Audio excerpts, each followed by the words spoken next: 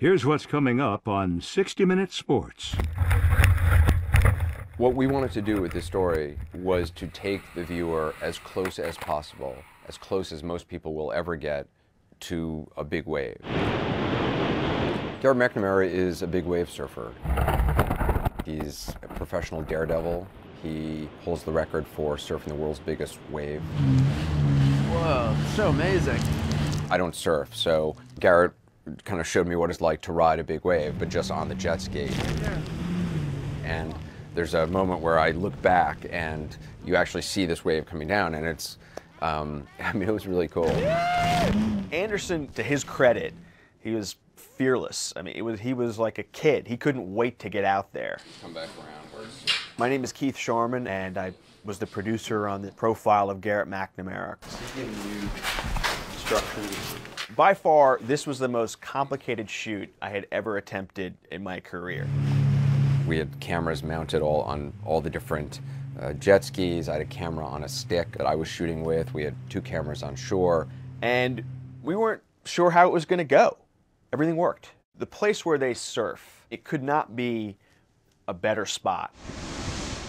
And these huge waves are crashing where these rocks are. There's a space in between these rocks that's probably 20, 25 yards across. Anderson was egging on Garrett McNamara, one of the world's foremost daredevils, to take that jet ski through this space in the rocks as the waves were crashing. And it was a risky move. You can't go in between the rocks, right? He wanted to do it, and McNamara was a little bit reluctant. You must go between the rocks. Yeah. I'll take you between the 2 outside rocks, not the inside rock. Right. So then I sort of challenged him into doing that. You want to check it out? That's fine. And I may have called him some names, possibly. I can't recall. I couldn't see him from the cliff, and that wasn't a good feeling. I think the first rule of producing is probably don't kill the correspondent. You want to go through the rocks, huh? Yeah. I knew he would do it, because Garrett is always up for a challenge, I think. Right before we did it, that's when I fell off. Whoa. I got you. I'm good, I'm good. You had to time it just right in between the wave. Nope. Not yet. It's like churning waters in between, these rocks. It's all white water. They gunned the throttle, and they went through this thing, and he had a couple quick turns. It was cool. You guys get that? Yeah! He made me do it!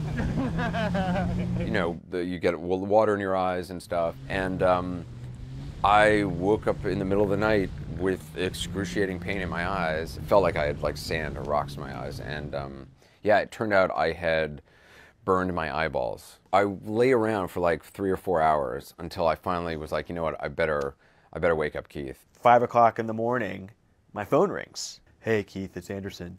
I can't really see. He was like, what? He was in bad shape. His eyes were red and puffy. He couldn't really see at all.